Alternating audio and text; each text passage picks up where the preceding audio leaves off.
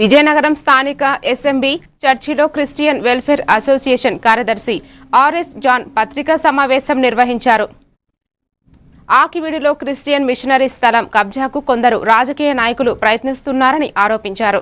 చర్చిలకు అన్ని మతాల వారు వచ్చి ప్రార్థనలు చేయవచ్చని, యేసు ప్రభువును ఆరాధించే వారందరినీ మత మార్పిడికి పాల్పడుతున్నారని అనడం తప్పుడు ప్రచారమని స్పష్టం చేశారు. చర్చిల్లో హిందువులు రాకూడదనే ఎలాంటి నిబంధనలు లేవని,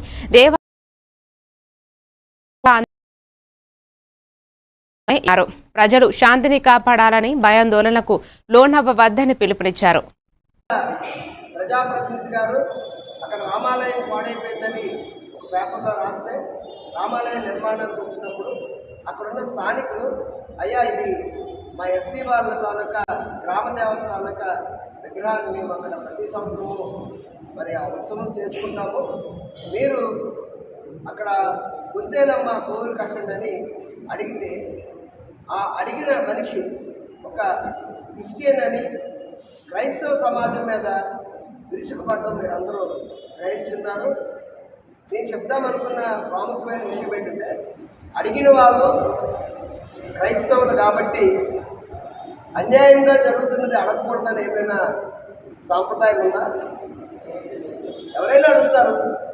మీకు ఇంకొక విషయం కూడా చెప్పాలని ఆశపడతారు. ఒక విలేజ్ పంచాయతీలో రాష్ట్రపతి వచ్చినా కూడా అక్కడ విలేజ్ సర్పంచే ఆ యొక్క సభకి అధ్యక్షత వహిస్తారు. పక్కని భారత రాష్ట్రపతి ఉన్నారు.